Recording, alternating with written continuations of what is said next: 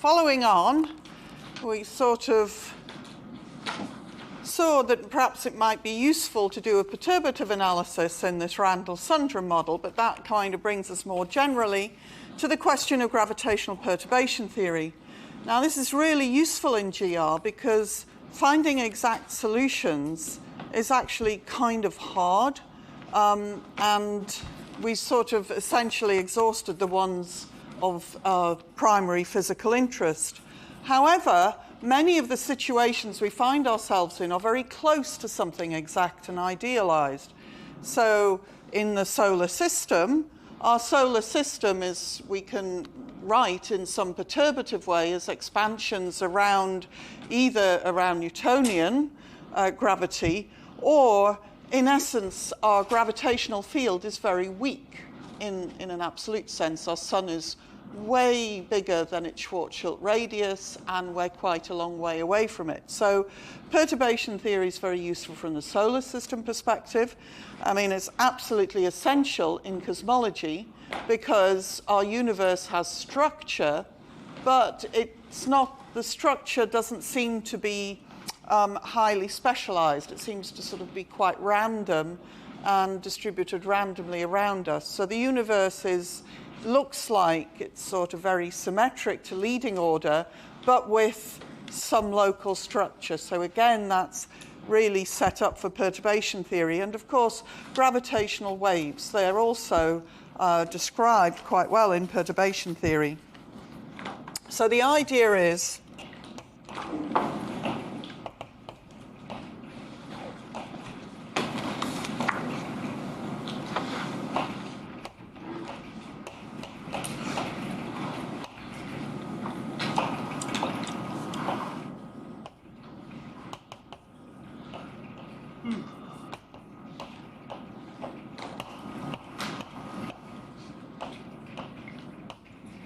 that we perturb around some background solution.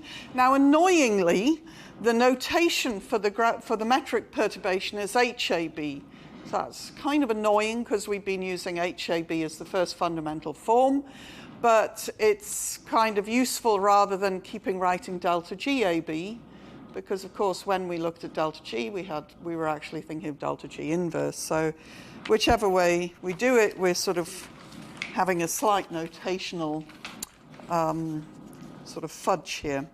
So when we did the gravitational action, we found what the perturbation of the connection and Ricci tensor were. So just as a reminder,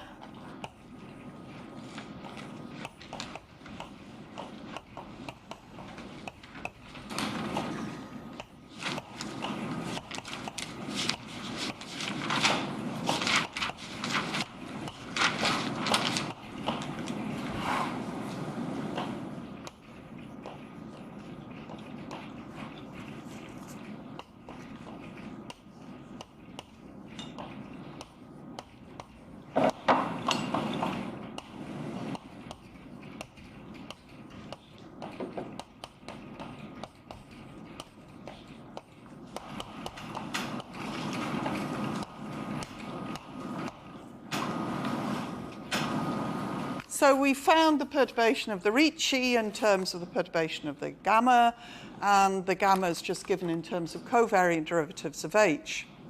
So here, I've been very scrupulous in ordering my covariant derivatives. In other words, I've kept this grad C out front.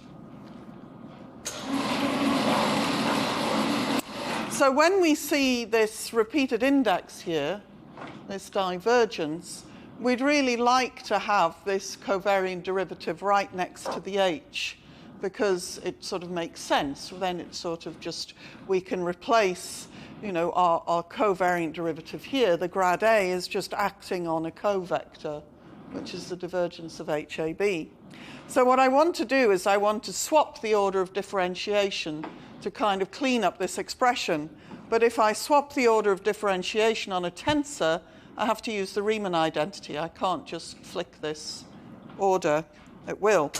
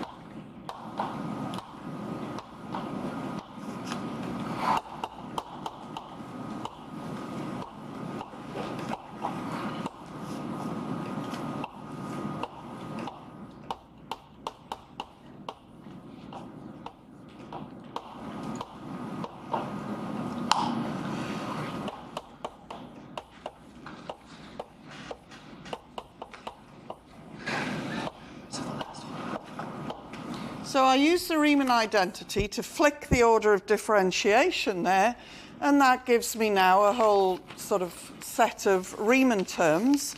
But you see that these two here in this column, they're just Ricci's, and these two are actually the same. So I get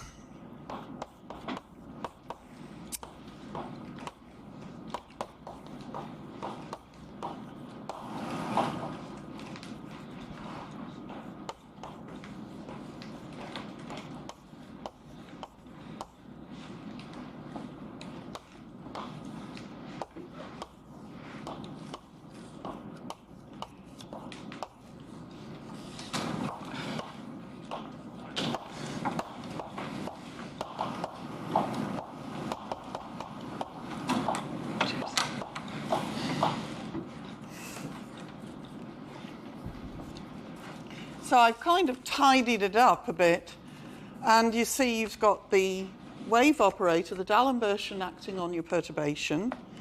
You've got two geometrical terms, a Riemann and a Ricci, and then you've got this divergence term, which I've kind of cleaned up and packaged together into this h bar, which is just h minus HAB minus a half HGAB. So we write this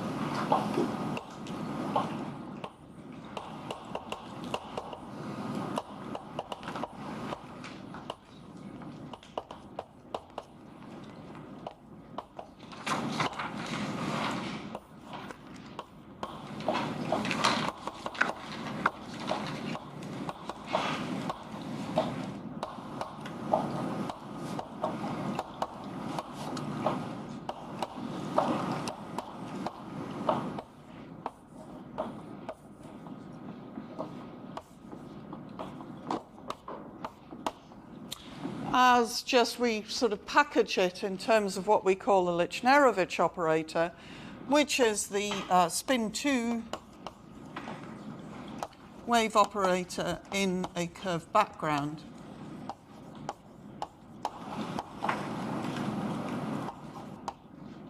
So you're used to seeing the D'Alembertian as the wave operator, but often you're working in flat space, a flat background, when you do field theory.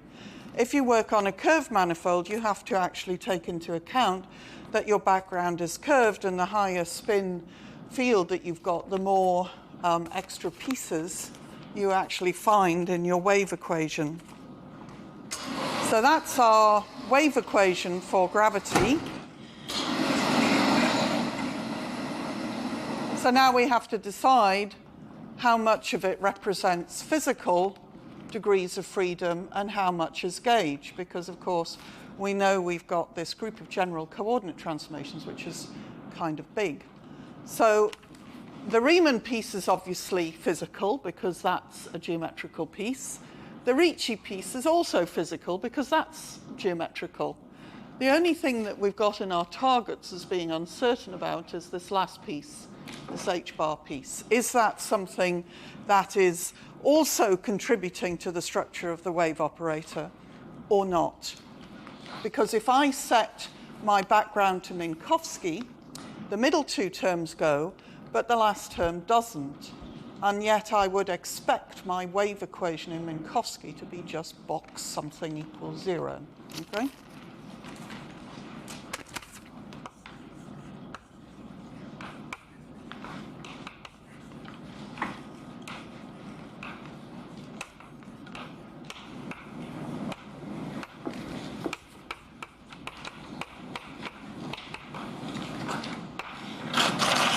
So coordinate transformations are generated by vector fields infinitesimally. We just sort of shift a little bit along a vector field.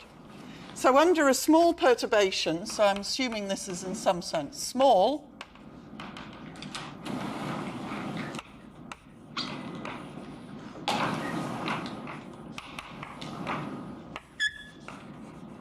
the change in the metric components is given by the Lie derivative of the metric along the vector field corresponding to the coordinate transformation. So unless you have a killing vector, a coordinate transformation generates a perturbation in G, at least in the components of G. So this is a gauge perturbation. It's not physical, but it's definitely a perturbation in the context of the components GAB.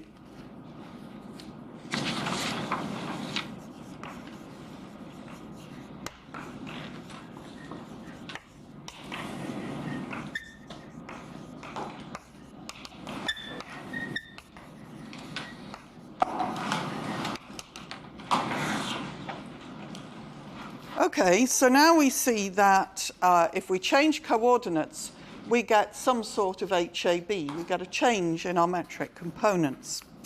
So let's ask what this H bar term is.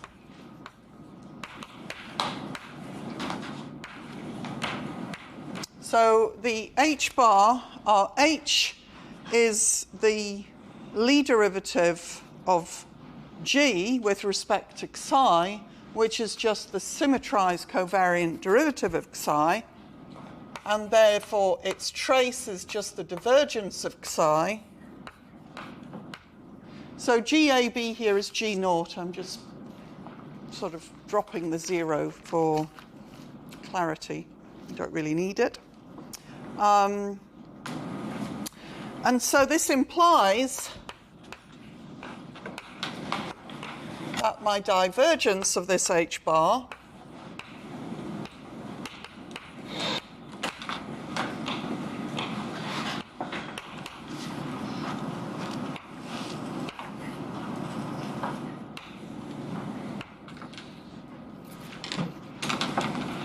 so when the grad A hits the first term, the first part of this symmetrized, it gives it a box psi.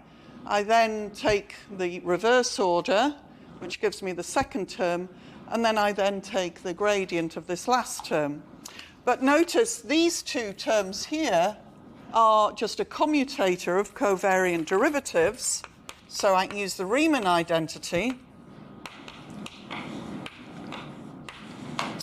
to reduce those to just the Ricci term. So this is now my curved space wave operator acting on a vector field. So this is a well-posed differential equation.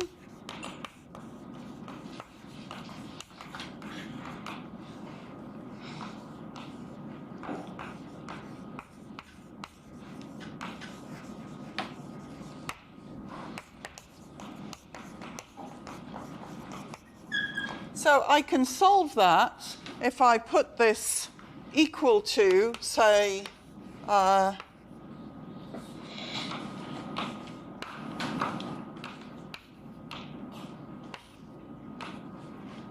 if my divergence of H bar was not originally zero, I would solve this differential equation to find a psi to cancel it out. So I can always choose a gauge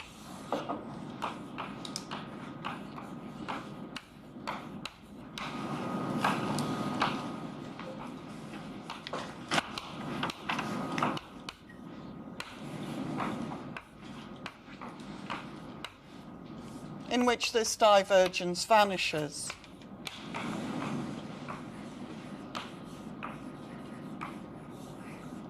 So this is known as the de Donda gauge.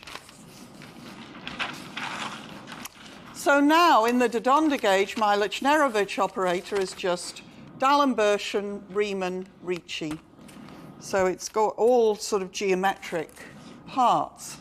So I can then solve it and find solutions for HAB, but then I have to ask the question, is there any remaining gauge freedom?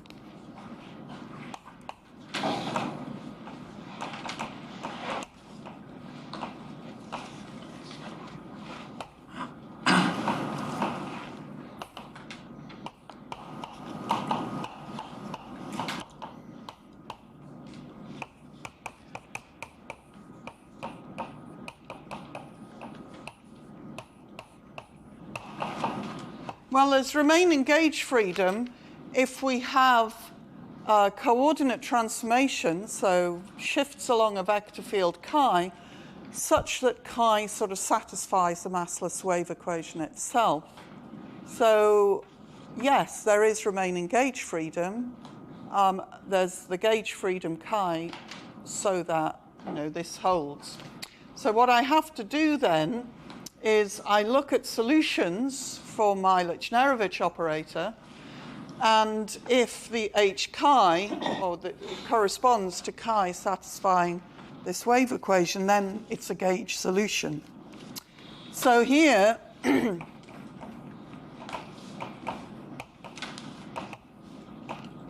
I have, because these are D equations, I've got D solutions to those equations. So now let's count what we've got left as degrees of freedom.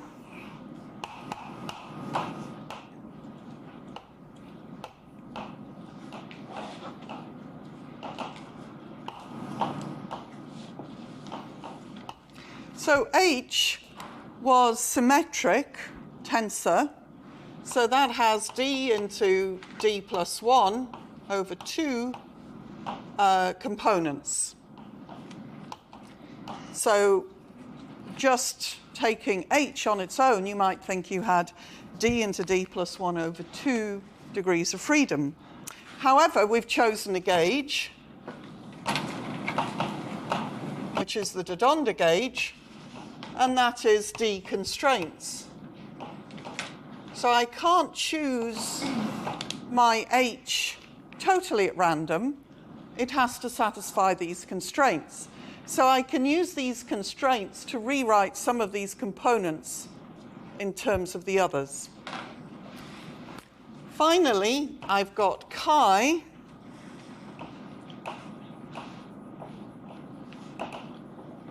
remaining degrees of freedom, which is also D,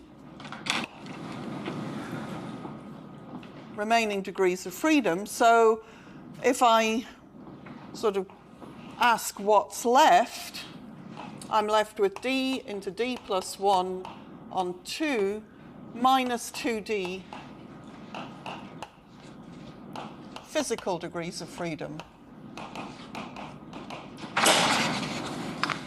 So that brings me to D into D minus 3 on 2 physical degrees of freedom. So this tells me the physical solutions, the number of physical solutions to the Lichnerowicz operator is given by D into D minus 3 on 2 in D dimensions.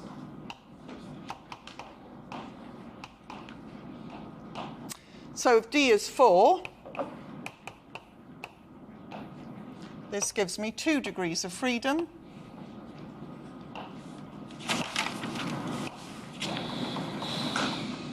D is 5, I get 5, and if D is 10, I get 35 degrees of freedom.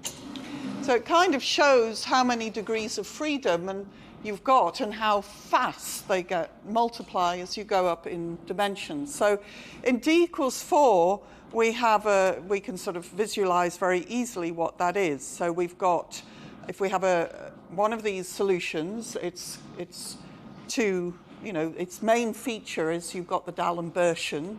That's the feature that doesn't change even in in flat space. You've got the D'Alembert. So that carries with it a notion of something propagating at the speed of light.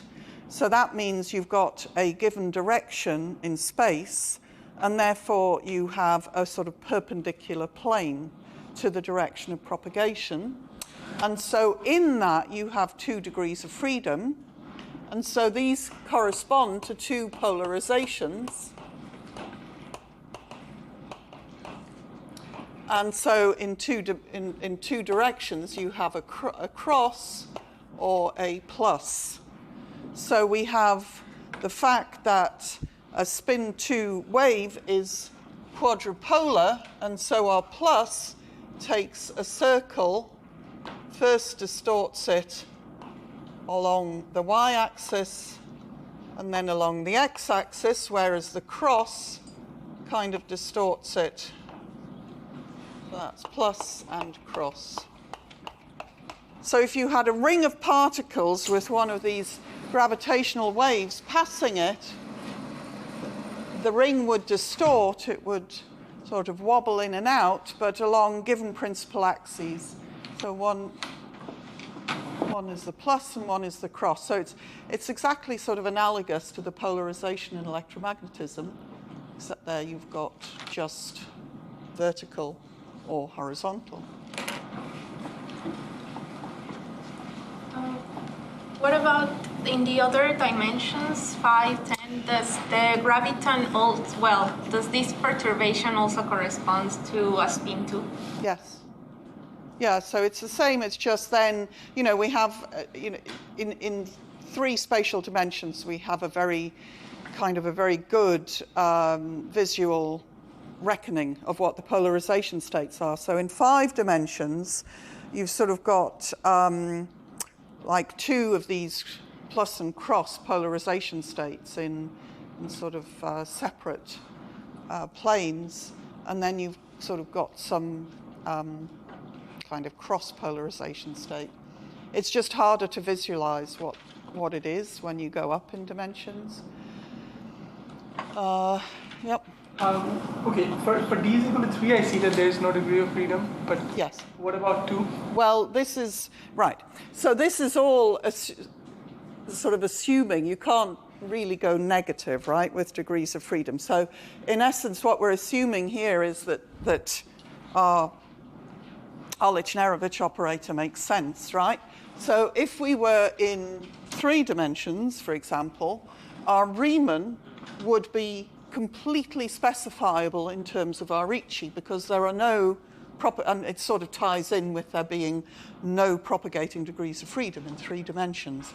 And so it's still okay to use this counting argument in 3 dimensions, but once you kind of get out, now this was asked in previous year, and there was a nice answer to it, which I'm just not quite remembering. So if you're, let's see what goes wrong in 2D.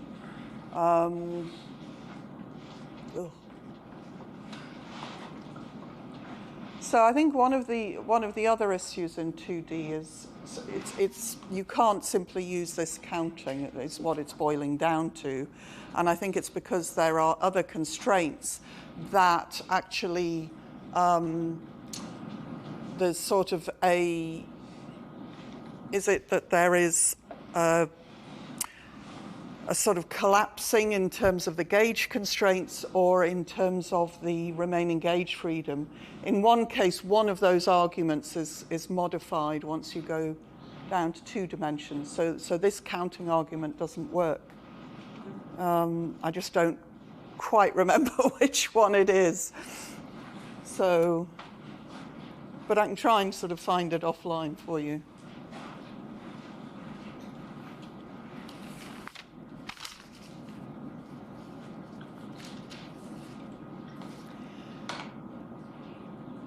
Okay, so that's gravitational perturbation theory, at least setting up the formalism.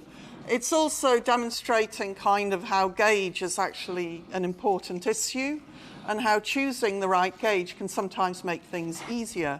So in the usual discussion of gravitational perturbation theory, you kind of use this de Donda gauge because you want to kill off that last term in the operator.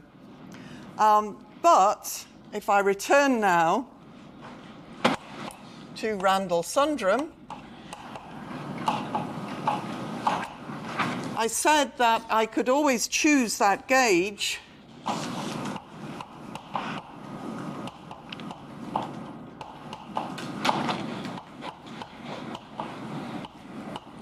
where I had the extra dimension orthogonal and measuring proper distance. So this, I said, was the Gaussian normal gauge, GN. So I have that on the one hand, and yet on the other hand, I have this picture of the background solution going to a wobbled wall, and a wavy bulk. So I had to kind of merge or make sense of these two pictures. So if I was only interested in perturbations in the bulk, I would take the de Donde gauge and then solve in the background. But because I want the wall, I have to be a little bit more sneaky, because I want to have my wall at z equals 0.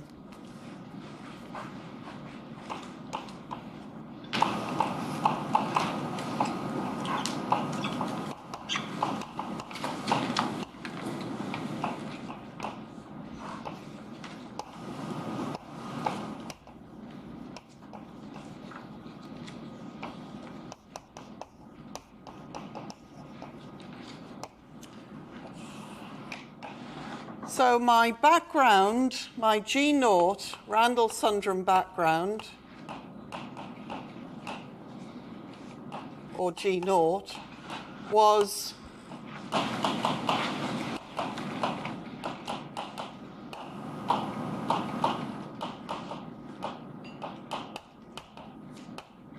this metric, okay? So that's this one. I then wobble my wall and wave the bulk, so intuitively, but what I really want is to keep in this Gaussian normal gauge. So in other words, I need to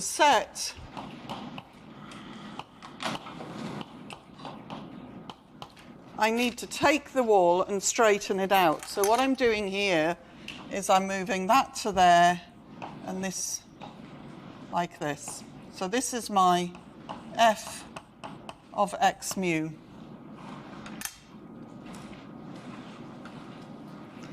So I'm doing a translation in my z coordinate to make the wall flat again.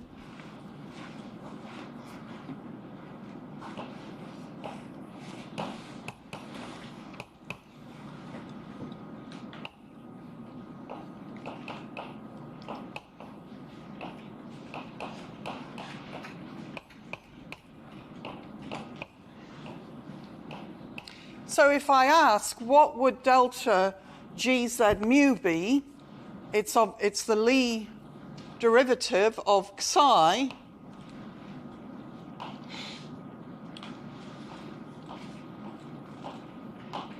So I don't as yet know what psi mu is, but I'm going to assume there is one.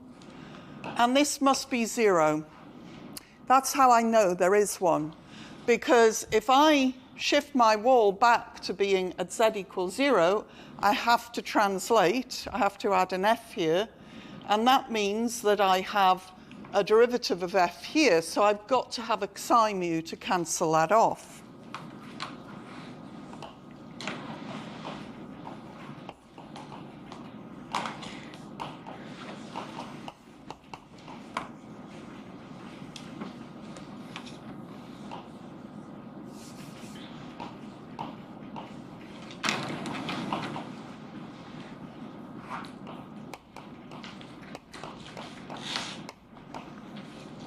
Sorry.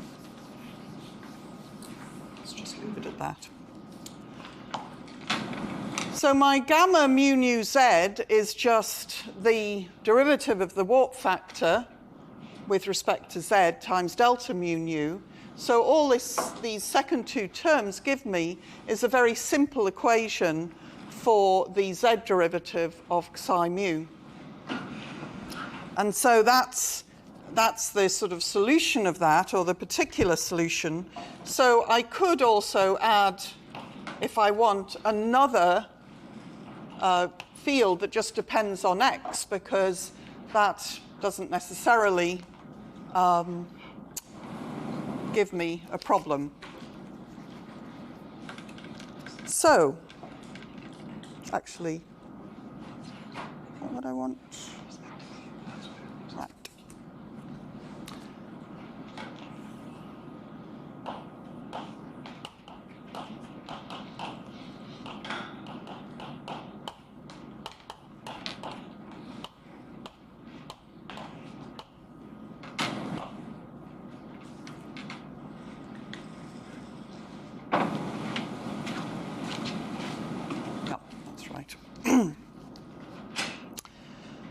So then what I can do is I can show that my perturbation, h mu nu,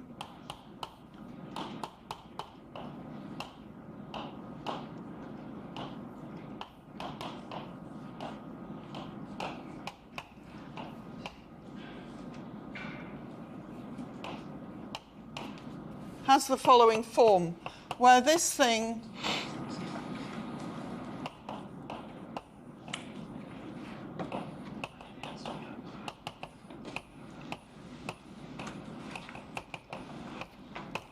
so I have something that actually satisfies the de Donda gauge. In fact, it more than satisfies it. It goes a little bit beyond.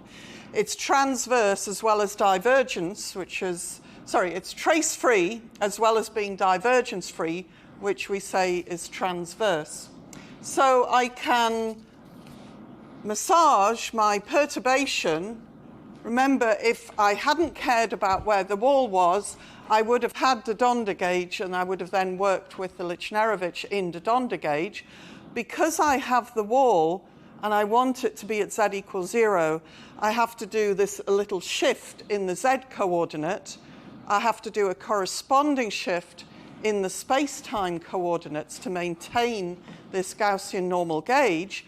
But once I've done that, I can remain, the rest of my perturbation sort of stays in this de Donda format. So I can split my perturbation equations up into something that sort of acts on the transverse trace-free part, and then these extra terms.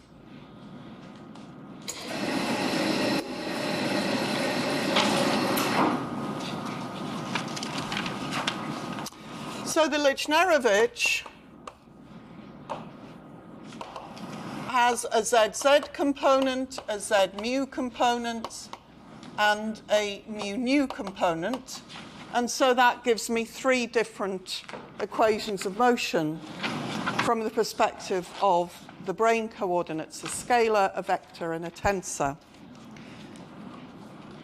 So the scalar component, the ZZ, so what makes the reason why you usually want to get rid of this piece here, if I look at my Lichnerowicz operator and just think about what does it do in this background. In the bulk, my Riemann and my Ricci are very simple because it's the background solution and I have ADS. Ricci is proportional to the metric. Riemann is proportional to combinations of the metric. So these parts become very simple indeed. The problem is this bit. This is now got, you have to sort of sit there. You've got to work out the divergence of that H bar. You've got to remember to trace over all the relevant indices, remember all the relevant connection components, and then do the sums properly. So that's a bit of an algebraic, grudge, sort of long-haul hike, right? It does take a bit of work. That's why people usually want the Donda gauge, to save doing all that effort. Here, though, we want to maintain Gaussian normal because that kind of keeps track of the physical degrees of freedom of the system. So I'm not going to go through all those algebraic steps, but I just want to let you know they exist. And so you have to do all this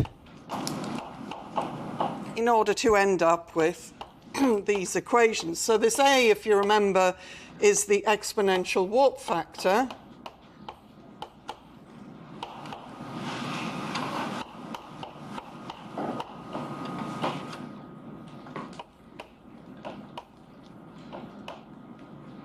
So this is what the ZZ component of the Lichnerowicz gives.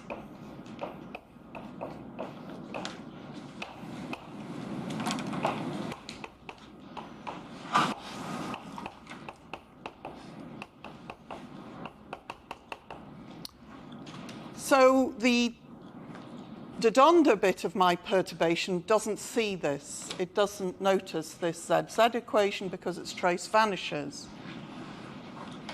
However, we know that from the right-hand side, the other side of the Lichnerovich equation, the delta RAB side, that RZZ is going to have a component. There's no TZZ, but there is a parallel energy momentum component, which is localized on the brain, the delta function. So RZZ contains a trace of T.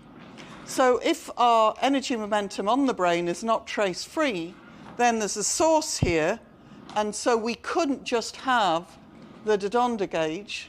We have to have something else, but fortunately, we've got something else. We've got the F. So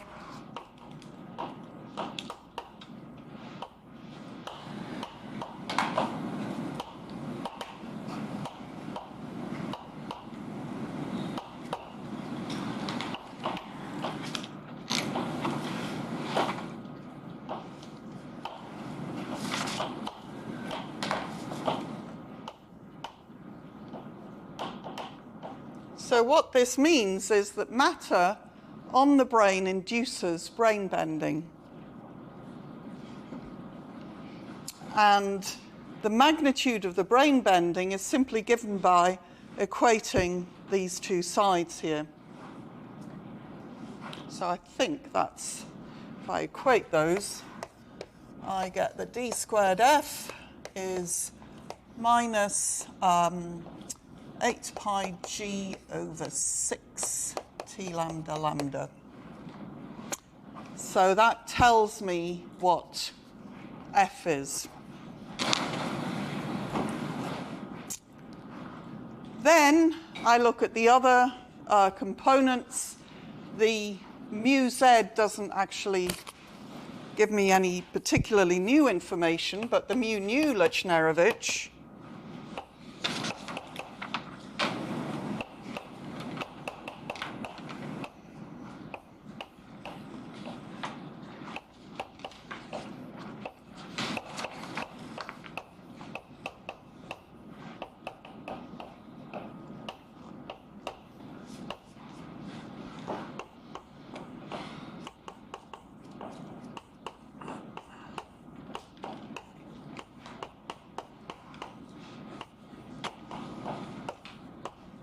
gives me an equation of motion for the transverse trace-free part of H. So in essence, the mu z part of the Lichnerovich operator kind of is something that you just sort of is taken care of by the f terms in this equation of motion that you already have. And then you've kind of used those already to simplify the left-hand side of the Lichnerovich here. So if you sort of look at that, we're not going to do the algebra, but just to sort of see where are those terms coming from. So here, the wave operator acting on HTT, if I look at the background metric, I've got a warp factor times eta mu nu. So the wave operator is simply going to have 1 on a squared times the four-dimensional wave operator acting on h mu nu. So that's the first term here. Then you've got to figure out what else is going on. So you've also got a dz squared piece from this, but then you've got all sorts of A primed on A's and A double primed on A's coming from the Riemann and Ricci terms.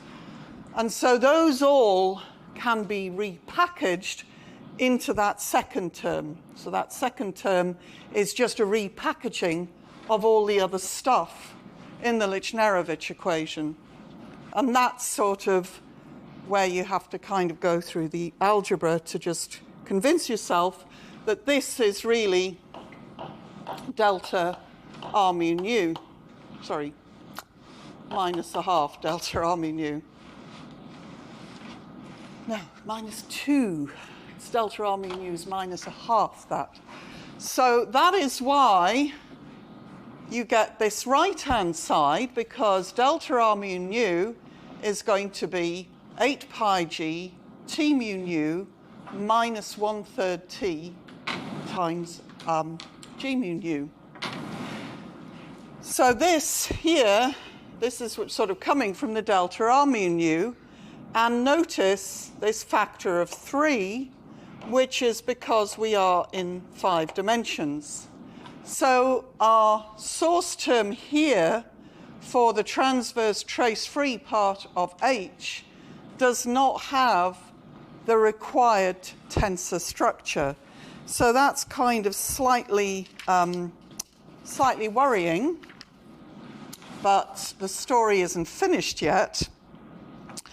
So what we have to do is we have to actually look at what the full solution is for our perturbation, because it isn't just the H, it's also the F piece.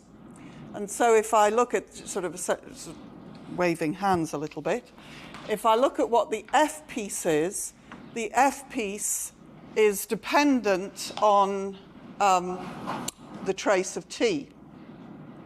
So here we would simply say, well, F is the Green's function times this integrated with this t. H transverse trace free is the Green's function integrated with this t mu nu, being a bit dodgy here. But you've kind of got to add the two together. And so this 1/3 here is not the final story. So if we want to solve, because I was saying we want to check what do the perturbations look like, the gravitational waves. So we need to construct solutions. And so what we usually do is, of course, we Fourier transform.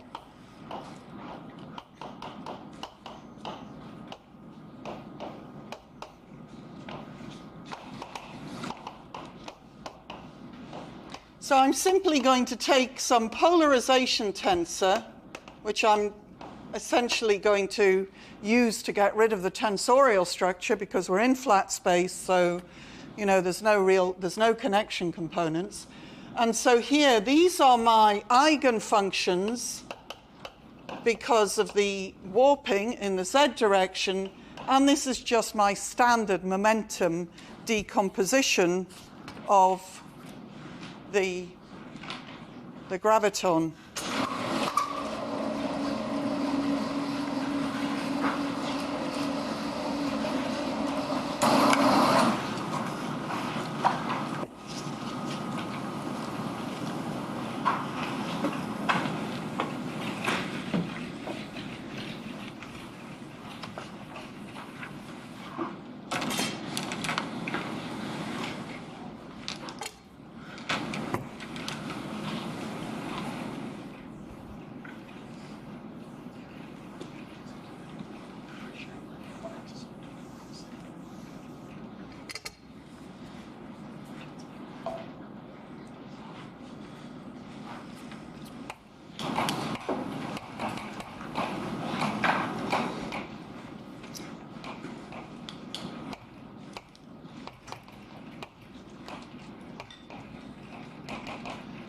So the m is something that's going to tell me about the mass of this thing in 4 dimensions. So if I act with d squared on htt, I get p squared or minus p squared, and I'm just going to identify that with m squared. And so the eigenfunction that I get from the z part of this equation is going to be dependent on that m. So what we have to do, if our remaining, we solve to construct our propagator, we solve the homogeneous problem, which means that we set t as 0,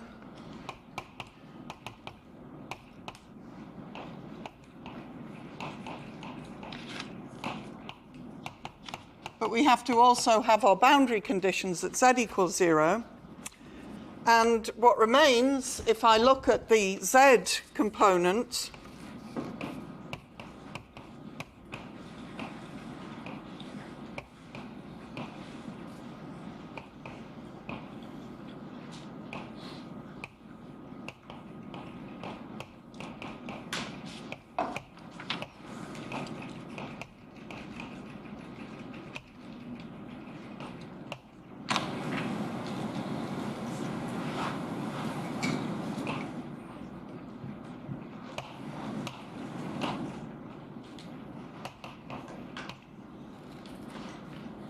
This is what I end up getting. So what this now is a straightforward Sturm-Liouville problem.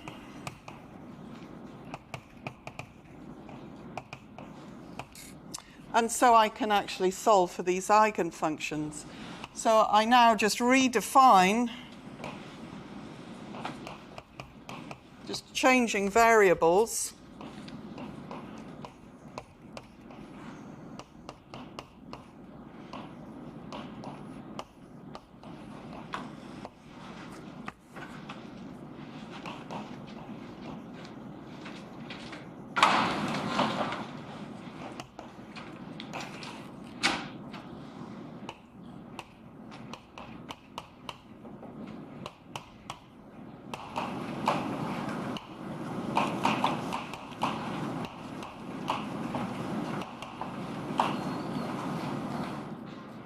So usually when you're sort of finding out what are your, you usually write e to the ip dot x because your background is flat, and so ip dot x is just a standard Fourier decomposition of flat space. Here you've got the warping in the z direction, so that changes the spectrum of the eigenfunctions in the z direction. So this is the work you have to do. But by going through this process, you find that these eigenfunctions actually have quite a straightforward form because this is a Bessel equation.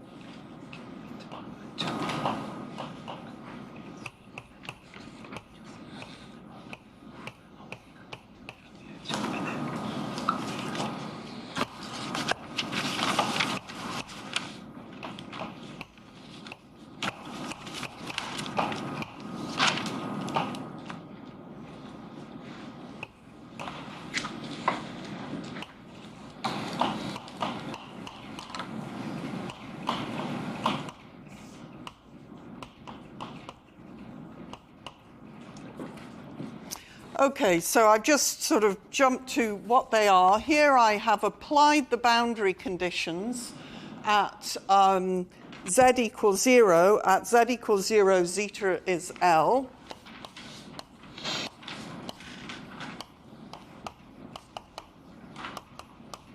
So this sort of tells you what the form is for the eigenfunction to have the right behavior, the right jump across the wall. So now we can construct, from our eigenfunctions, we construct the propagator. We're nearly there.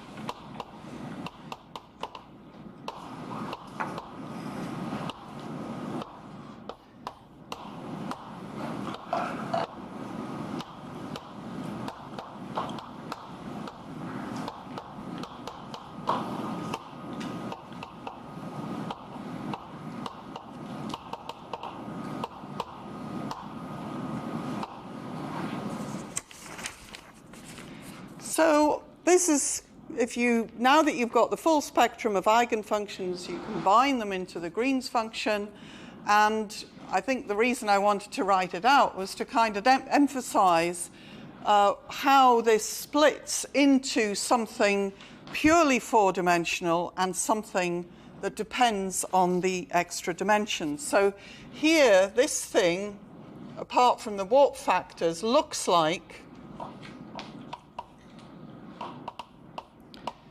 it's something that's independent, apart from the a squared of z, of the internal dimensions. So if we ask, what is a perturbation in the brain due to matter on the brain,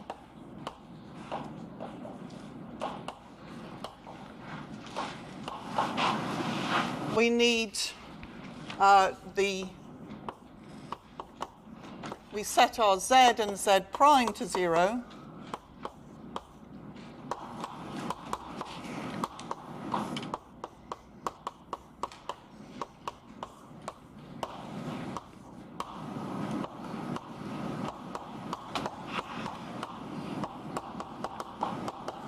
And we can write our propagator in the form of a massless propagator and a sort of whole integral over a continuum of massive states.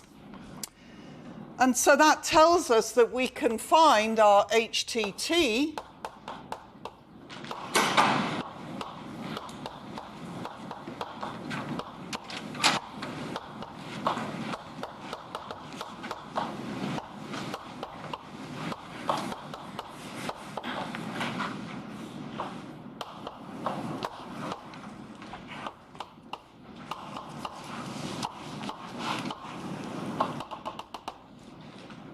which consists of a zero mode piece plus something that is dependent on the massive modes.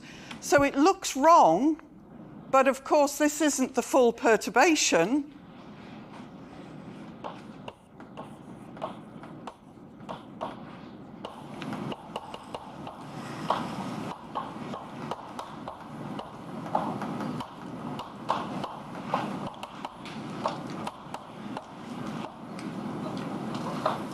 Our full perturbation has to take account of F, and of course this F satisfied, again, another massless wave equation. So here we then end up with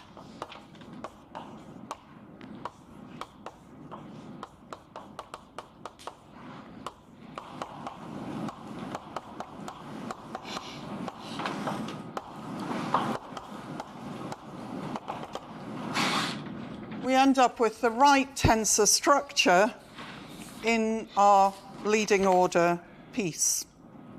So this is another way of accessing the fact that gravity is four-dimensional on the brain. It also shows how the leakage into extra dimensions is occurring. So we have our extra, here I've just sort of been interested in looking at perturbations on the brain from stuff in the brain, but I've got the general set of solutions. So those eigenfunctions tell me how things can leak off the brain. And so, for example, if I ask what is the result of a localized source,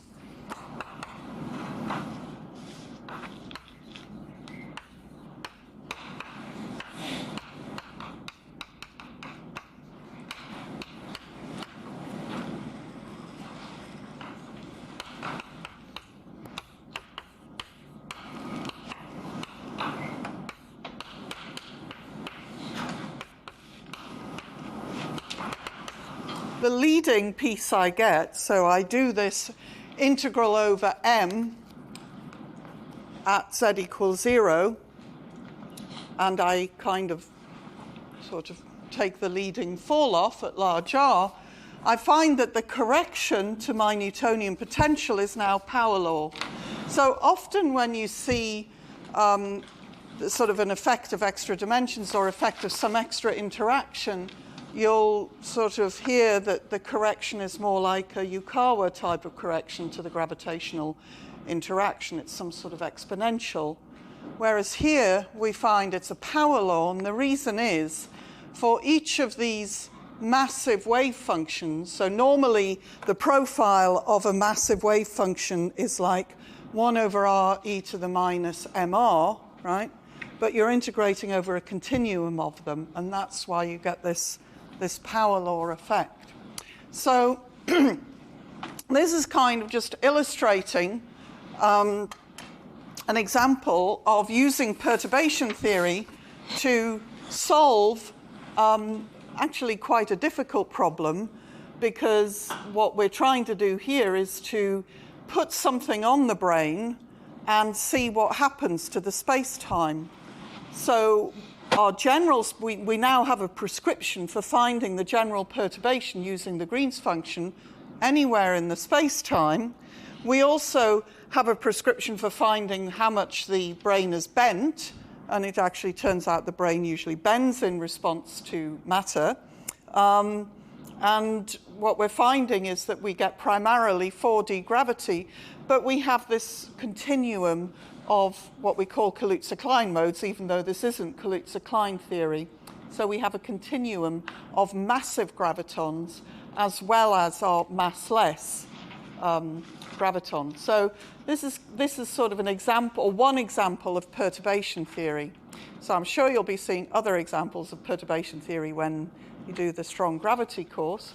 But this is, at least I've kind of tried to pick out the key steps in the calculation. So, and almost perfect timing. I have a question. Mm-hmm. So, if you put other kind of matter in the brain, Mm-hmm. does it stay stable under perturbations? So you mean is the brain is stable solution? Yeah. So yes, because when you're doing this, what you've done by finding this spectrum of solutions to the homogeneous equation is you found the complete set of eigenfunctions, and an instability would show up as an imaginary frequency. So in other words, an exponential growth. And there's no exponential, there's no sign of an instability for this particular brain. Again, if you have a different, so if you have a different solution, you know, there's all sorts of different brain world type solutions. Again, at each point, you have to go and do this perturbation analysis. Now, one of the reasons it's relatively simple is because the background has these flat brain slicings. And so your Lichnerovich operator really, the tensor structure of it is essentially irrelevant, and it reduces down to things like scalar equations. If your background is different, or maybe something else about your brain is different, you don't necessarily have that simplification. And so then you have to go through again and actually worry a lot more about, is there a mode that can maybe give you problems? So, so not only are these nice and regular, if you then input them back into the Lagrangian to ask, well, what, if I had these modes, what would be their effective action? You'd also find that that was nice. It would have a proper sign kinetic term and a proper positive mass. But things can go wrong if you put the brain, embed it differently, so that, have different boundary conditions. If you keep the wrong side of the bulk, if you have a different bulk. So, the question of, it's a good question, stability, well defined. It's sort of a case of some of it's a background question, and some of it, as in an embedding question, and some of it's a sort of model question. So, yes? This calculation telling you that gravitational waves don't decay as 1 over r. You mean so gravitational waves don't necessarily decay depending on what form they have, right? A planar gravitational wave doesn't decay. Well, you're thinking, is gravity a 1 over r squared force? I mean, it is, from that, it's primarily a 1 over r squared force. For example, light, Yeah. 3 dimensions, when It's 1 over r squared, yeah. 1 over r squared. Yeah. But if you were in like bigger dimensions, it should be like... So the massless part of it is, because here's your 2gm on r, right? So the massless gravitational wave will propagate at the speed of light and have your 1 over r squared sort of intensity fall off. The massive modes, of course, don't. I mean, obviously, you don't expect a massive photon to have a 1 over r squared fall off, right? The reason, so that was when I was talking about this Yukawa fall off, the exponential fall off. So you would normally expect an exponential fall off of massive modes. The reason you don't get it is because you have this integration, this continuum, all the way down to m equals 0. So it is a bit peculiar that way.